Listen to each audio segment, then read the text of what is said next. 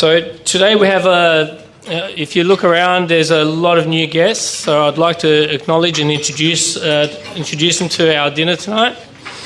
That way you can meet them, you can say hello, and you know who's new and who's existing. So the first person is Tif Al-Atiri. He's the Saudi Commercial Attaché, which is a French word for trade office for Saudi Arabia. So, and if you can please stand up so people know who you are if they want to talk to you. And there you go.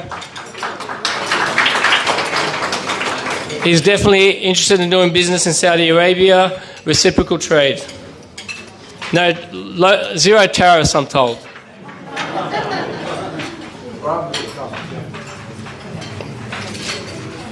And also I've got Christian Abu Sada from Gladstone Finance. Please stand up. Thank you. Malcolm Robertson, or outsourced staff. Harry Hammerang, Australian insurance specialist. Speak to him if your insurance has doubled, I'm guessing. And Mohid Zaid Al-Bashir, Pay.com.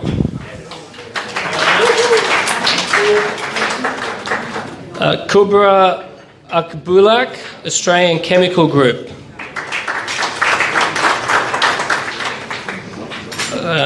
Ghassan Hamo Barazi, Subway.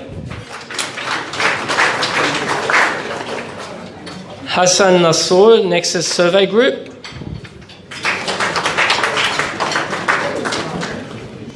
Nahil Shidiak, City Lift, Bankstown, Shidiak Legal. Citywide LPI, Bankstown, Shidiak Legal.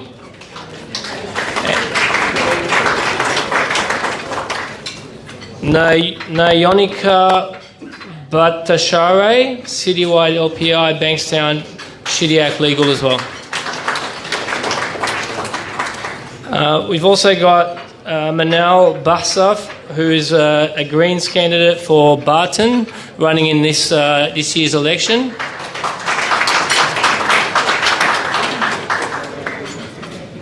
And we've also got Jocelyn Brewer, is also a Greens candidate for Watson, running in the federal election. Ziad Basyuni is independent for Watson. He's not here yet, but he'll probably be around soon. Tariq Ghazal, Sherry Car Dealers. Amal Shaheen, Luminous by Amal. Nawar Muhajar, Snatched Aesthetics.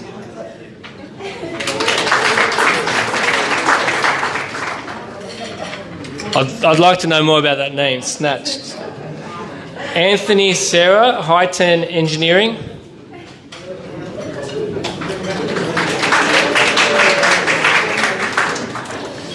Annie Fahom, no business. Annie? Unemployed? And looking for work? Anyone? Dima Istanbuli, Mind Architecture.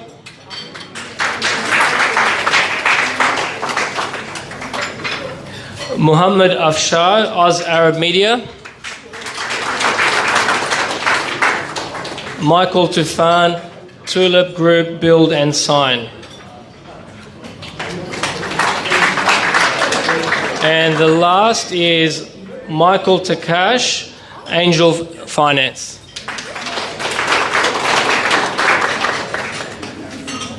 All right.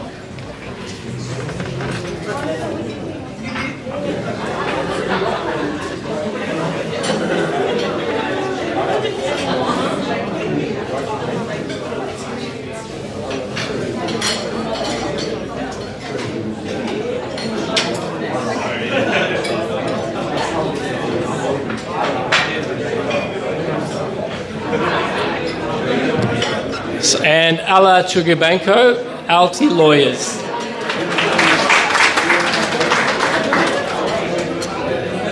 So, as you can see, it's a quite diverse network, which is a perfect network where anything you want, you'd be able to find people here to help you fulfill those requirements as a business. Okay, so a bit of housekeeping. So, you guys already started on the meza. Dinner will be served soon after the guest speaker is finished, followed by members' showcase and general business. And right now I'd like to introduce the President, Mr. George Busamra from SynCorp.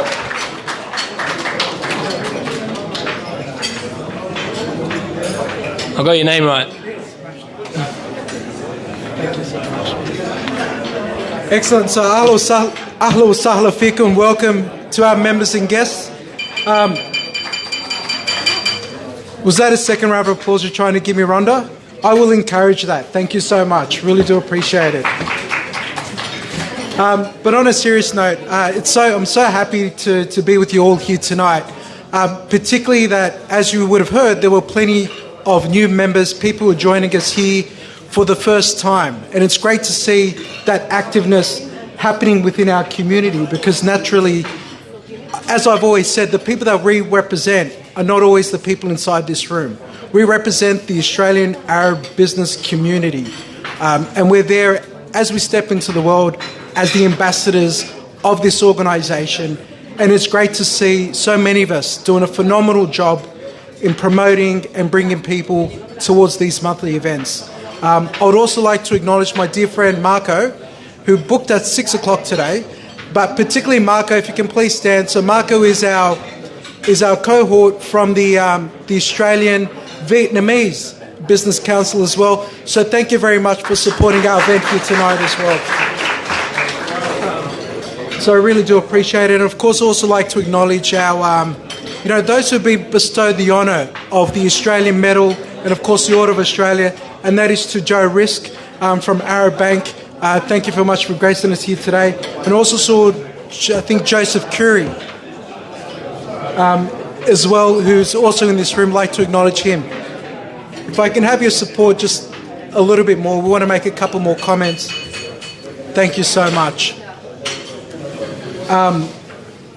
Just on the point where it comes to being ambassadors for this organisation,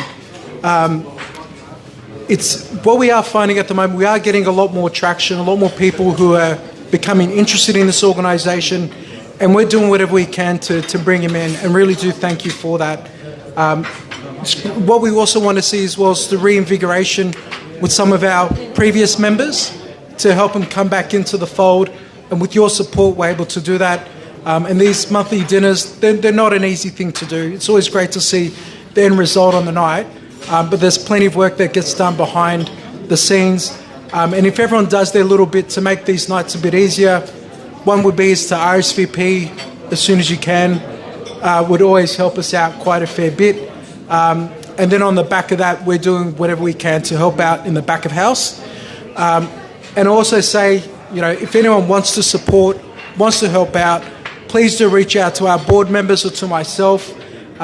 Because we'll be happy to hear from you, because these networks are only possible when everyone's working together. And we'll love to see your ongoing support throughout the year. Thank you, everybody.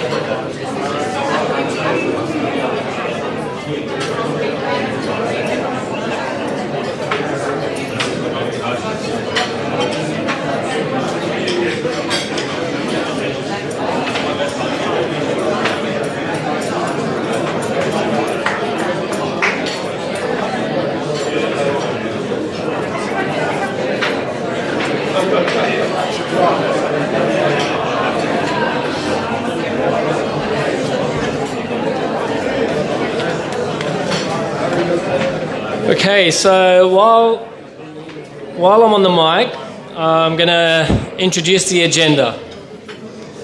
Tonight we'll be covering two big topics, skilled workers and immigration. The discussion is timely given Australia's evolving workforce landscape. We'll delve into the pressure issue of critical skill shortages, examining the data behind the vacancies and the factors influencing Australia's willingness to fill these roles. From cultural and economic considerations to the challenges migrants face navigating complex visa processes and integration hurdles, the session will provide a comprehensive overview of the current situation. I know this because people have come up to me asking about visas and they'll give me so many different numbers and no one knows what and how long they're staying here, and people have been here for 10 years and they don't even know what visa they're on anymore, and so I'm glad everybody's here and hopefully I'll get a bit more insight. We will be joined by expert panel, Simon Diab, Batul Khayat and Fayak Mercy, moderated by Rhonda Adams. Our moderator, Rhonda Adams, works for Express Employment. Rhonda Adams brings a unique and powerful blend of expertise to the table, forged through a decade of empowering clients in financial planning at CBA, followed by 6 years of hands-on operational leadership as a Russia's franchisee. The diverse foundation fuels her dynamic approach to recruitment, where she excels in sourcing top talent across a wide spectrum of industries. Rhonda?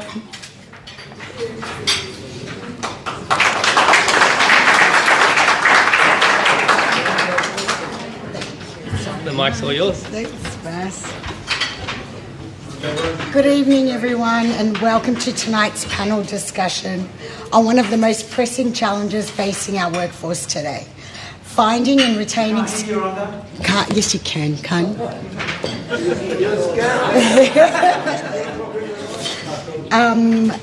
Finding and retaining skilled labourers.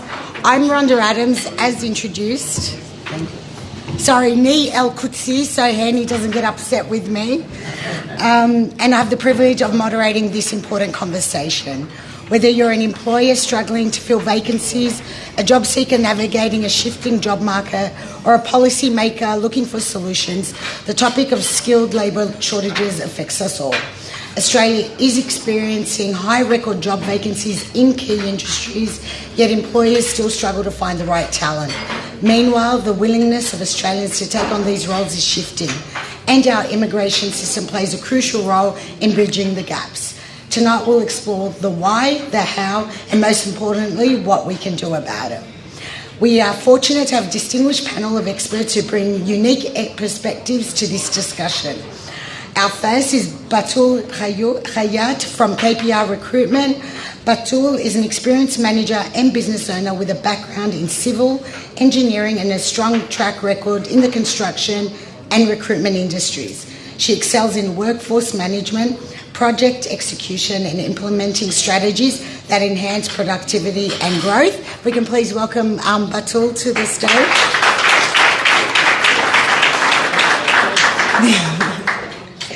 Next, you can sit on any of those three because I'll sit. You'll sit here? Yeah, I'll sit there. Fayak Mercy from Student World, with over 15 years of experience in migration, legal and education sectors across Australia, Lebanon and Syria. Fayak specialises in visa consultancy, international student admissions and legal support. Undergoing a qualification in migration law from UTS, holding a diploma of legal services and a Bachelor of Law from Beirut, Fayak assists clients with Australian visas, European education pathways and legal documentation. We can please welcome Fayak to the stage.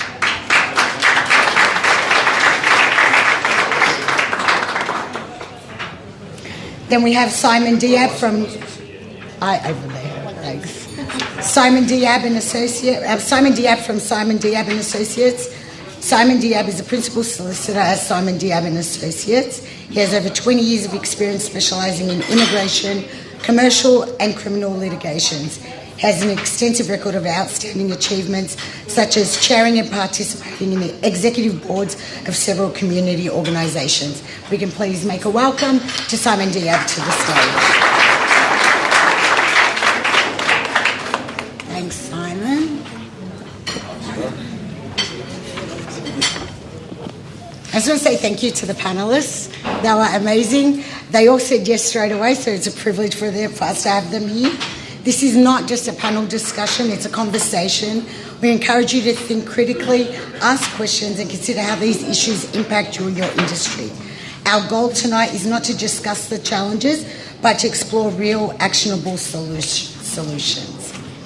So my first question, probably Freddie and Simo, you can both answer, but you probably work hand in hand together. Just want to know what reforms would make the skilled and skills in demand visa pathways more aligned with Australia's workforce needs, whilst also being fairer to applicants. Does that work? I think it's on. Is it on? Am I audible? On the button on the side? Now it's on. Am I audible? Fantastic. Fantastic. When talking about the reforms, but before talking about the reforms, there's specific issues that we need to point out at. Sorry? It's not working? Yeah, Is it working now? Okay. Fantastic. So when it comes to the reforms, there's fewer issues that we need to point out prior to the reforms. We've been seeing lately, in the past 2 years, there's high demand for skilled workers. There is a large number of skilled graduates, skilled migrants, or people willing to enter the workforce in Australia, but there's a misconnection between the employers, businesses, and the skilled people. The other major issue is, it might not be a major issue, but the caps that have been imposed recently in regards to international students I believe they have started in January. These caps do affect the current situation when it comes to the need for skilled migrants. The reluctance of employers to employ migrants, let's say, or newly graduated students who have arrived to Australia do have the skills to do have the right skills to perform any type, like in their specialised fields, specifically in the health sector, construction sectors, but we still have that misconnection between the both. The reforms could be a more visible paths for skilled migrants, clearer processes for their let's say paths or extending their stay in Australia. When students arrive to Australia, they do graduate from they finish their education courses. They do have the right skills. They lack experience. Employers are reluctant in employing those students. There's no clear path. There's no connection, and then we have the caps. The best reforms could be more clearer paths, more clearer processes, and encouragement for international migrants or international skilled migrants or international students, let's say, who arrive in Australia to be employed or to participate in the workforce in Australia. This is one of the issues. The other major thing that I'd like to point out too is that when it comes to we've been lately seeing industry actions and strikes in the health sector. The lack for workers, lack for safety,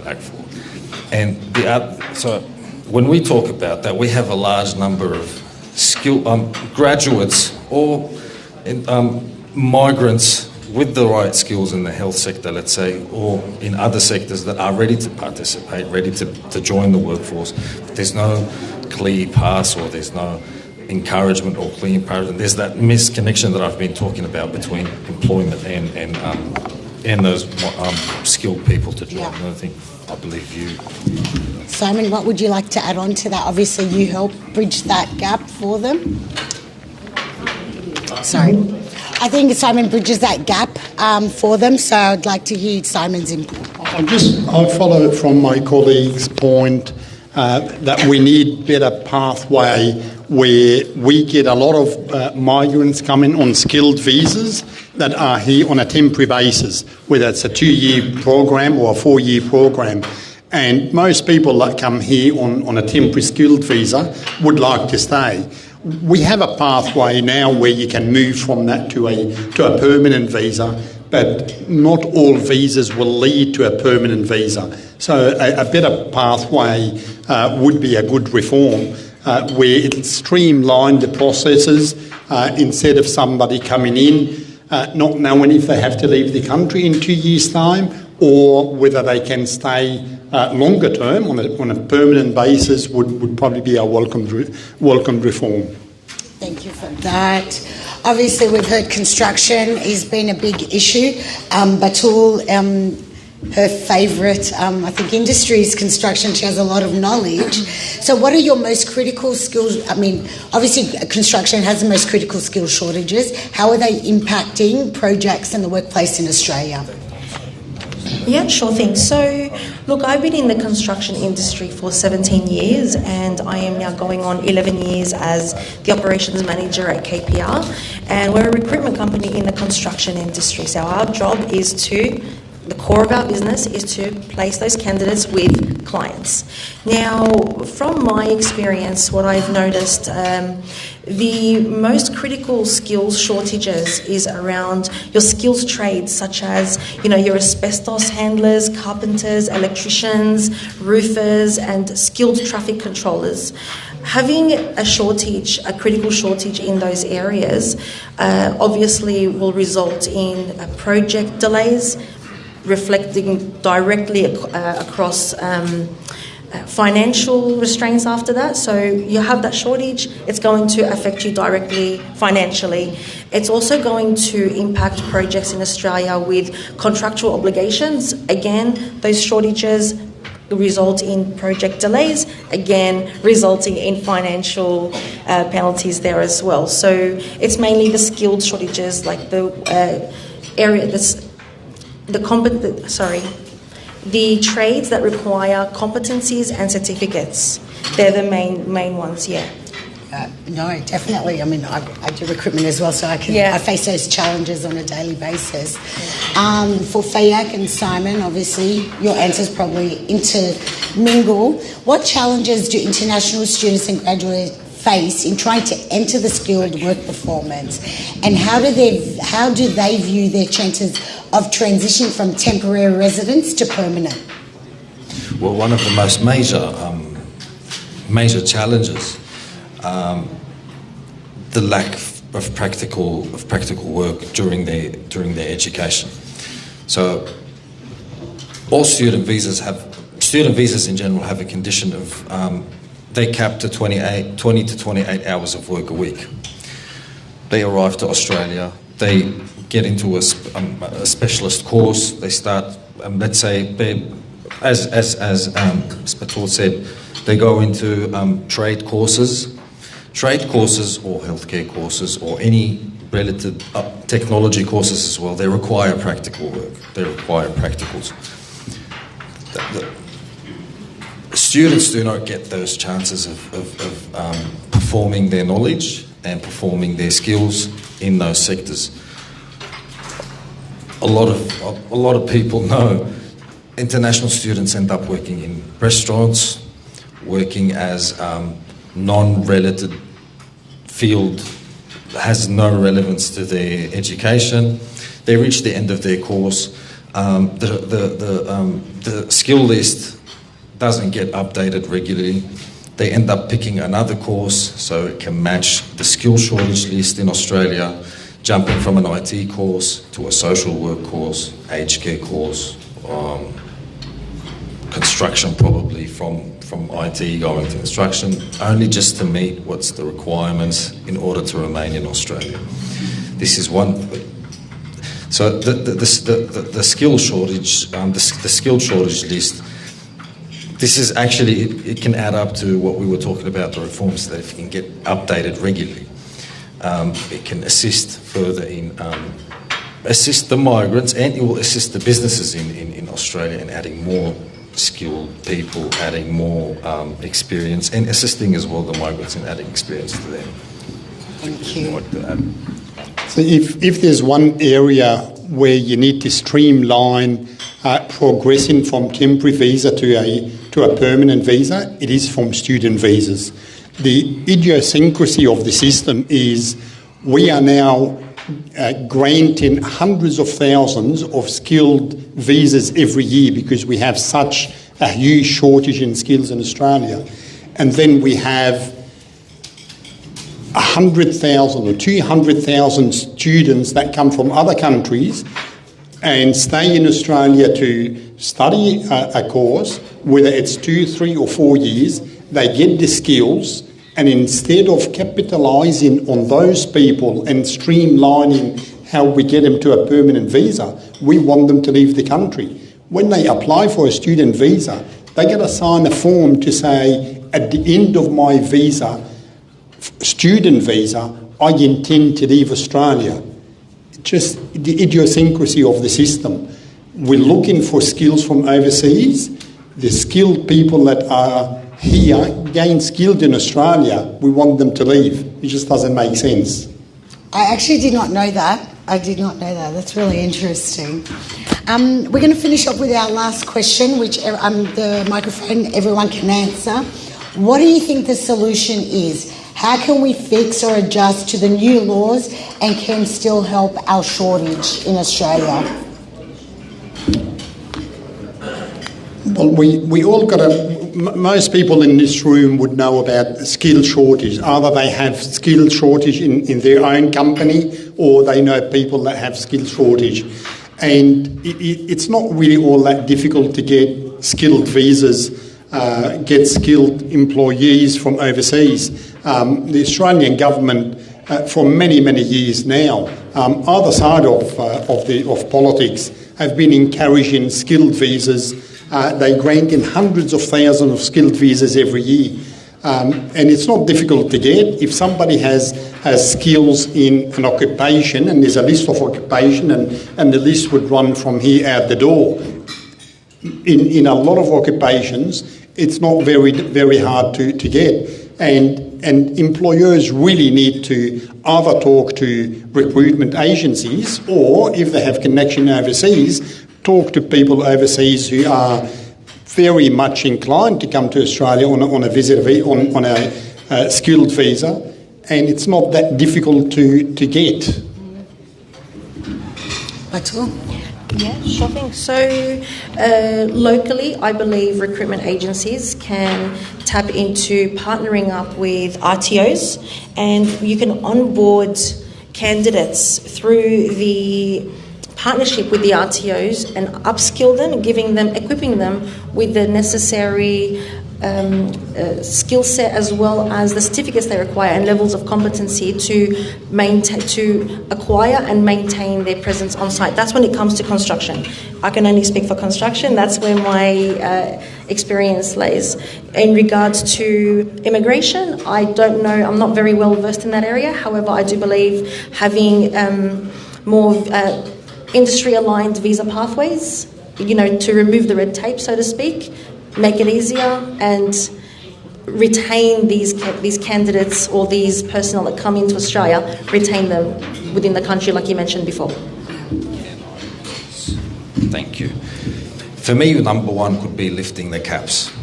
I don't know if everyone is in the view, but caps have been imposed since early January this year when it comes to education and the skilled migration to Australia. There's a certain number allowed for skilled migrants to come to Australia, as well as international students. And future plans are to not lift the caps, but to increase those caps in the coming years. That's number one. Number two could be updating the shortage skills list regularly. We have some states, their shortage skills get updated probably annually. could be a problem. Other states, their lists are updated quarterly probably, which is could be sufficient, helpful. But the shortage skills list being updated regularly is a must. Another thing is, I'll add up to what Ms. Mathur just said, recruitment firms, recruitment businesses. They're crucial in terms of finding or connecting skilled migrants, skilled students, whether Australian or migrants, to the proper business, to the proper field, to the proper job, connecting their knowledges, their experiences to the proper field where they can perform those skills. That's most of it. And as mentioned before, most of the students, or the skilled, I'll talk about applicants who apply for visas. The process of getting the visa is probably harder for them. That's the first obstacle. Then it becomes the harder stage is finding a job after arriving to Australia. As you know, applying, let's say, for a skilled visa for a skilled migrant, applying for general skilled migration, it's a four-stage process, which starts with getting his skills assessed, then getting his applying for an expression of interest to one of the states and finding out if any state is interested in his skills, then nomination, then he applies for the visa application. We're not going to talk about the costs. Then arriving to Australia, finding the proper job, a proper business, a proper employer that can accept a migrant or a fresh migrant with no Australian experience to work in the field. Here comes the recruitment businesses, let's say, job. Making it clearer for skilled migrants, making it clearer for clearing the process, or actually reducing the application fees. As you might know now, they're talking about they might raise the application fees for certain universities in Australia and for certain visa applications for skilled migrants. Reducing the costs, the shortage skills list being updated regularly, lifting the caps, clearer processes will all help to let's say, increase the amount of skilled workers, skilled specialists who are able to perform in the workforce. Thank you. I think we've got a few Greens in the House, so hopefully they'll be able to implement and start making some changes for us. But I do want to thank our panel tonight. We've got Fayak, Simon and Batul. Hopefully everyone got something out of this. I know I did, and I really do thank you for your time. Thank you so much, everyone. Yes, sorry. It's my first time. Please forgive me.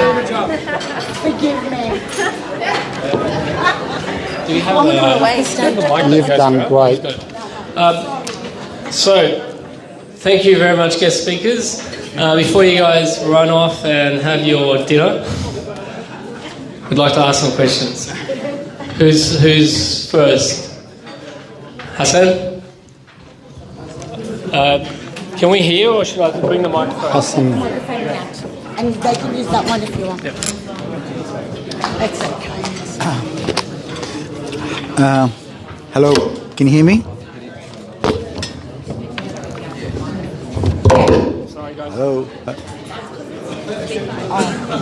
I think too close to speaker. Hello. Can I speak without microphone? No microphone. Here you go, Chris. I just found that out. There we go. Hello. Yeah. Okay.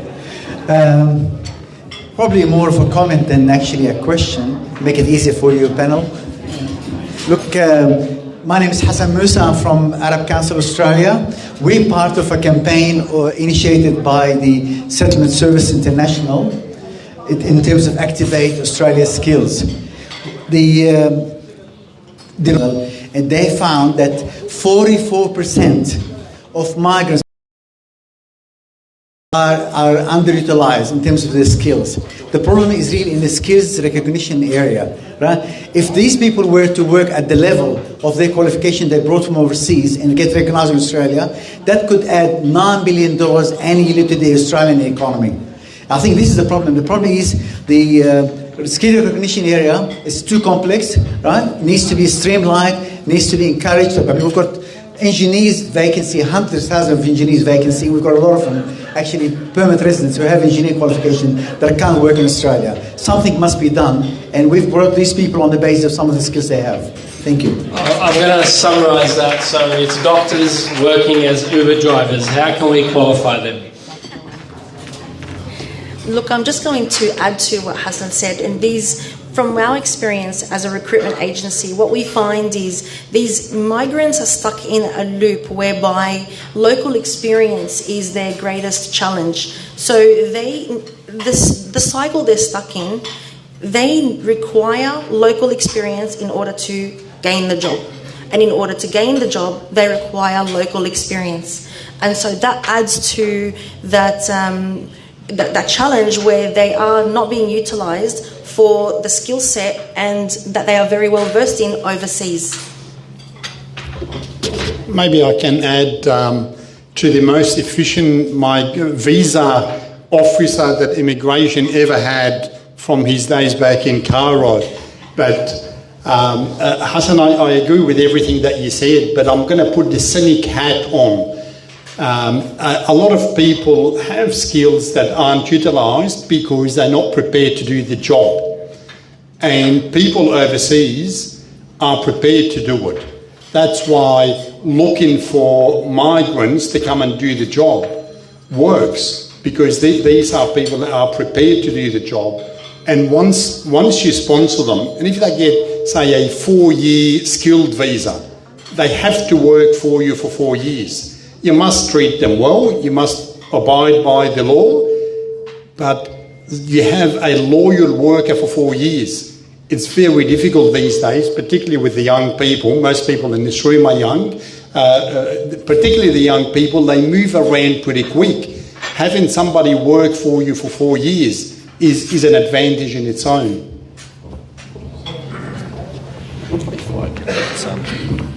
Thank you. Any other questions? Can I add something, please? Manel? Masa'al Ali. Do you want to come to the front? I'll take the microphone. I might as well come down. We can't see you from there, sorry. So from a policy perspective, what is the... so if you were a policymaker, hypothetically, what would be the first thing you'd get rid of, and what is the big obstacle in relation to having migrants come to Australia to work?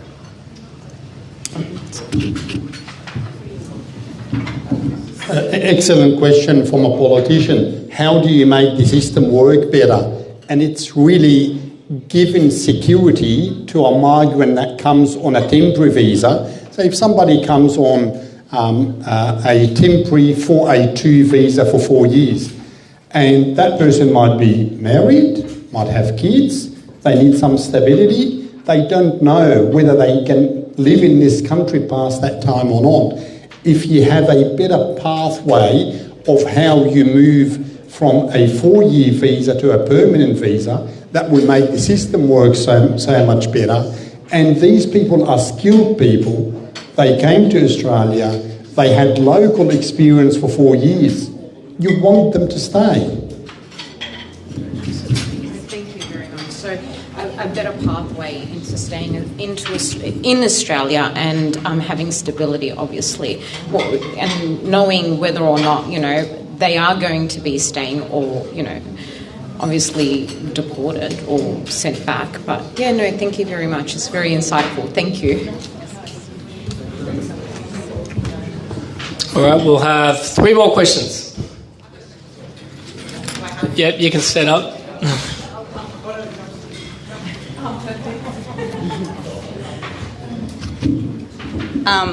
So I'm Nihal Chidiak. I'm from a finance and legal point of view here, but also from my previous experiences from an employment point of view. So what I used to see is a gap between getting the skilled worker while they do have a visa. You find that the business themselves are not taking on those with a visa that's going to, unless they have like a continuous condition where they can continue to work. But what we're finding is that businesses themselves are not actually taking on people with visas. So how can we resolve something like that?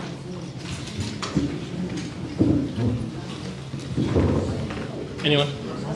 Maybe Batul. Sorry. Can I use? Yeah, all right, this is working. Okay. I mentioned that earlier on when I was replying to one of the questions, is that recruitment companies and recruitment businesses are like their work is crucial in order to connecting the skilled migrants, skilled workers, skilled people to the proper business. The other issue is that businesses are always hesitant in employing skilled migrants. There's certain thresholds a skilled migrant must meet. There's certain income a migrant must have in order for him to get. So you're on a temporary visa right now, a temporary skilled visa. In order to meet the criteria for a permanent visa, you need to be employed in a certain field at a certain business, receiving that certain income. These incomes usually are always high, and a lot of businesses are not ready to pay that high wage for a skilled migrant with I'm not going to say zero local experience, but he has a very rich offshore experience, but he lacks the local experience. They're always hesitant in employing those migrants or those skilled workers, those skilled graduates, and giving them those high incomes. Then we go to the skilled migrants or the skilled workers side, or from his perspective, if he does not receive that certain income, he won't be able to get a permanent visa because he can't prove his experience, he can't prove he's being paid, he can't prove his income for the past 1, 2, 3 or 4 years, that he was receiving the right income, he was receiving the exact amount required by the authorities in order for him to get a permanent visa.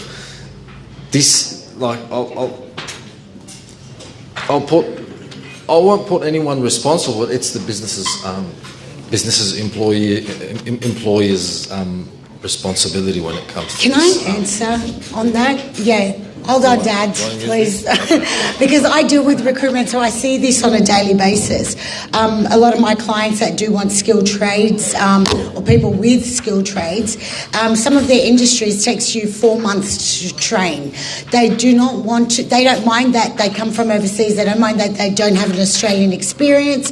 Their problem is if their visa expires in August 2025, it's going to take you 4 months to train them and then they have to leave. They want to be able to have the people that can do that transition and end up staying with them full term rather than full time, because they won't waste their time in training for months and then you're going to move on. He can stay for that business and get a longer visa duration if that business keeps him employed. If there's an immediate need now, it's a bit difficult to make those promises because we don't know. Keeps this worker or employee in that business, then he'll be able to extend his stay on that visa. Understand. Yeah, correct. Look, I mentioned before one of the challenges was local experience. One of the other challenges is what you're referring to here is that we call it employer trust, and so it's unfortunate. We see it time and time again where the clients, the principal clients, have this idea of perceived communication barriers or lack of local compliance knowledge that these migrants hold. They don't necessarily lack in this knowledge, but it's a perceived idea by the clients. And so clients revert to what they know, what's easier. They lay it onto the recruiters. No, find me someone that can, sorry to say this, speak English. And find me someone that's local. And it's easier for them to do that. And what do we do as recruiters? We work on bridging that gap.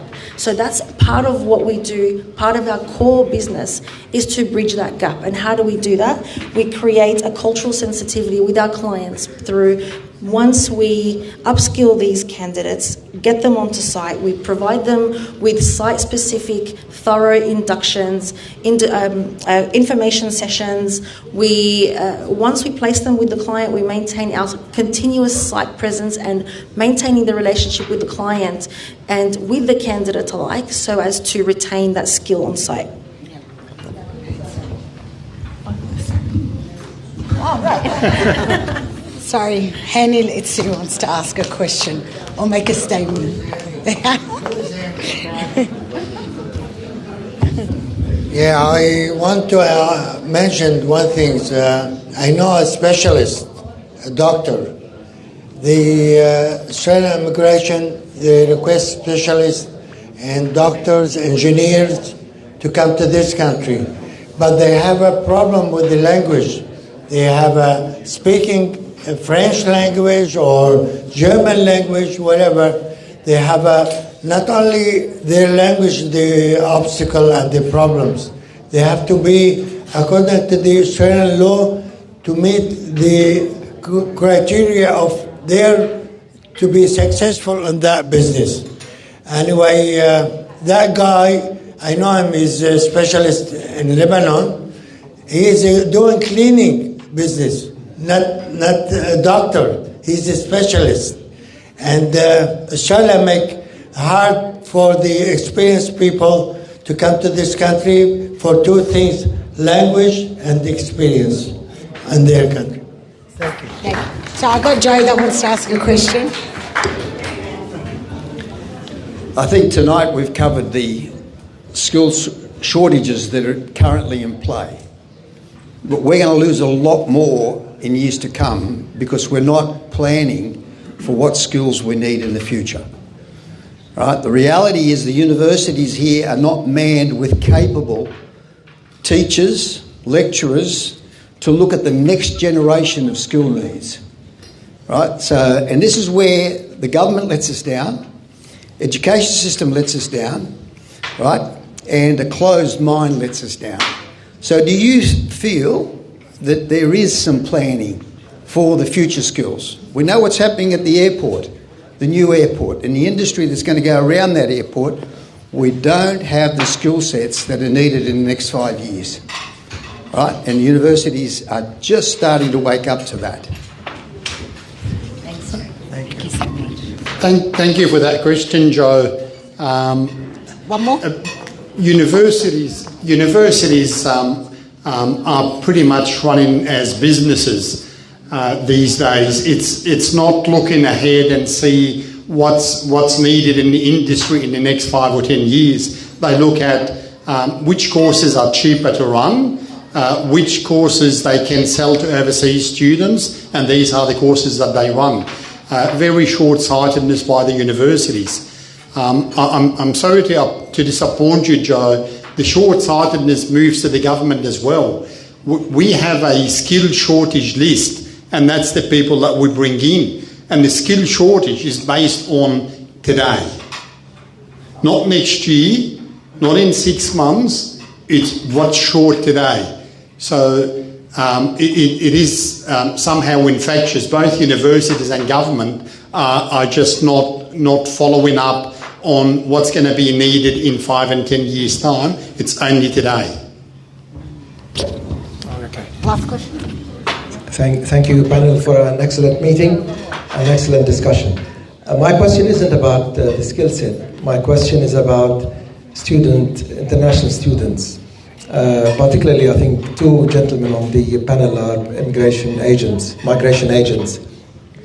We all know that it's so easy to be an international student. You can do the pastry course, the English course, any other course, and end up with a visa.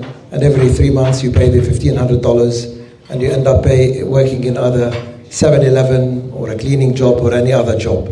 And then you clog the system, the housing system, that is already, suffering because of these international students that are doing these. I think they're not fit for the purpose when they accept them to be international students.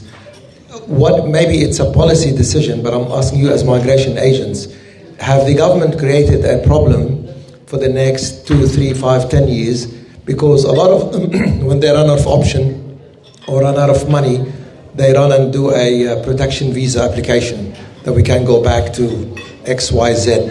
And I think, yes, I do respect international students who come with a skill set or to acquire a skill set, but those who come with the very intention, and you can tell, some 17, 18, 20-year-old comes here to do an English course or a pastry cook course and ends up drifting into different jobs and every 3 months, and the government knows. I just feel there's something extremely odd about that situation of this particular breed of international students. Radwan, that very much flows from the question that Joe had of long-term planning, where we have these students coming from overseas. There's no real planning by the universities of what skill shortage we're going to have and what courses we're going to run. They just run these courses for international students. And then you have the government on the other side, instead of encouraging universities to run courses that we're going to need skills in the next 5 or 10 years, and in tandem to reward those students by giving them a pathway of staying in Australia for the long term. They block the students. Many students have to leave. Some stay, but many students have to leave. We do need some long-term planning by the universities and TAFE and government. Yes, one question. Oh, okay. Sorry. You want to ask a question? Sorry. The education industry in Australia has provided Australia with the second highest income in the part, just for the near future. Not long ago, the education industry was considered as the second highest provider for Australia in terms of income. Students who come to Australia, the first obstacle they face is receiving a visa to come to Australia. A large number of applicants who apply for student visas do not get their visas granted, either for a lot of reasons, whether he did not convince the case officer that he will return back to his home country after the completion of his course because he did not meet the GTE criteria, we call it, or the genuine temporary entrant criteria, or because he didn't have the financial ability to cover the cost, the expenses of living in Australia for the first year at least. So the majority of protection applicants, let's say, are not students. They're coming from other applicants or other visa holders. It's not coming from students. And as well, a lot of caps have been imposed early this year, whether from the universities themselves or from the government, that will decrease the number of students allowed to enter the country, which will also affect the universities in terms of their income or their businesses, and will impact the businesses as well in Australia of not providing skilled workers or skilled graduates or skilled specialists, let's say, in certain fields. Sorry, last question. I am mindful dinner is ready. I'm so sorry to make you wait. Okay. Thank you for letting me. Yeah, I was there for about 4 times, but that's fine. So, my name's Tariq Gazelle from Paul Wakeling Cherry. I'm a car salesman. And honestly, this is my first time being here, but the discussion's been absolutely amazing, can I just say. This one probably relates to me a lot. My education background is I was studying honours in construction management. So it's perfectly relatable to this. I actually was studying for 3 years, trying to get a cadetship. And the reason I say that is I couldn't actually get a cadetship in that 3 years I was there. That's going to every company under the sun, introducing myself and just letting them know. My question is, would you say, I know today is about workforce solutions and migrant challenges, but would you say the lack of skills is because we're in a standstill where we're focusing on migrants and the locals at the same time, where we're trying to balance the two? This is yours. I did miss the last part of your question. Do I feel what? Sorry. So now we're on. Sorry. Yeah, so, I missed the last part. It was a bit loud. Sorry. No, that's okay. So my question is, I believe, so me not being able to get a cadetship within 3 years, my question is, do you believe there's a standstill and a lack of skill because people are coming, the locals are coming in to try and get jobs, but you guys are also trying to focus on your migrants as well, hence why you're also in a kind of a balancing act of, do we get our migrants in or do we focus on our locals? Thank you. So I can only speak about how we operate as a business, right? For us, it's not a matter of, I don't believe it's a lack of experience. So for example, for yourself, you're a cadet, yet really zero experience, yeah? Correct. Yeah, and that's what we find across the board. It's you're stuck in a cycle, and to be honest, I was stuck in the same kind of cycle. I'm a civil engineer, and I found the same issue when I was at uni trying to find a job. I eventually landed one, but it definitely was not easy. There's a lot of competition to land these jobs, these cadetships, and you are probably like myself stuck in that cycle of you need experience to land the job, but you need the job to get the experience, and that's the cycle. Now, we are not necessarily focusing on, our core business is not to just focus on the migrants and placing those migrants. No, it's a balance. It's, as a business, we place everyone that requires help, we help. And we have our policies that we have within our business caters for all experience levels and all trades, whether it's white collar, blue collar, experience, no experience. We take on all of it, and it's all a challenge. There's a challenge when it comes to placing candidates because of experience. There's a challenge because we have clients want unicorns, for example, and it's hard, it's difficult across the board, and the challenges are never ending. And it's just, as a business, we pride ourselves in taking on all experience levels. Is that? Did I answer your question? Yep. Okay. Well, thank. All right. We're gonna just make it very short. Make it nice and quick. Yeah. Yes, I'll make it nice and quick. So, completely understand what you're saying. In regards to that, though, what I'm saying is, so I actually ended up becoming a car salesman. I didn't get to use my degree. And do you feel there is a skill shortage because people like myself or local people, because you hear, I don't know, maybe Hassan can say, he's got a few more statistics than me. Do you feel these skill shortages are because of, say, the lack of opportunity or missed opportunity within locals and migrants? That's a very good question. So this is where... You're going to... Please... Maybe we can discuss it later. Yes, it is a very open-ended question. I'm more than happy to sit with you. We've got one last question. There was a good point that was made earlier by Ziad Basuni. I'll just come over. He made a good point about councils like us.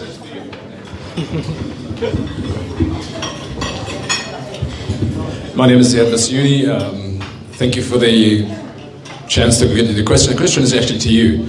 Wouldn't it be easier if we have chambers like the Arab Australian Chamber, Business Chamber, being able to sponsor overseas workers for their members? Wouldn't that make much more sense? So, to get a sponsorship, you need an SBS, and there's a process. I do have one, and I'm lucky enough, but I employ doctors, so it's a different story. Wouldn't it be easier if you guys do it? The question is not for you; it's for you, obviously, because there is an instrument in the law that can change, and it potentially would make it a bit easier.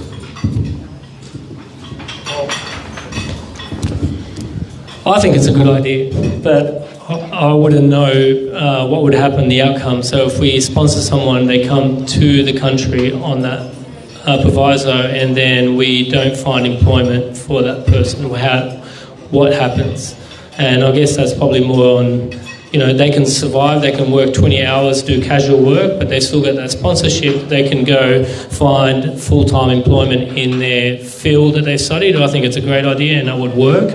And it could be a time frame on it. And any suggestions? Is that something that would work? Well, the short answer is that most skilled visas are sponsored visas. They're sponsored by a particular employer. So you get a link that visa applicant to the employer for most of skilled visas, not all of them, but most of them. That's how the program is structured. So you're going to find an employer for them to come to work for that employer. Okay. Thank you, and I think we'll wrap that up right now. So thank you to all. Thanks everyone for listening and asking all the interesting questions. Hopefully everybody's learnt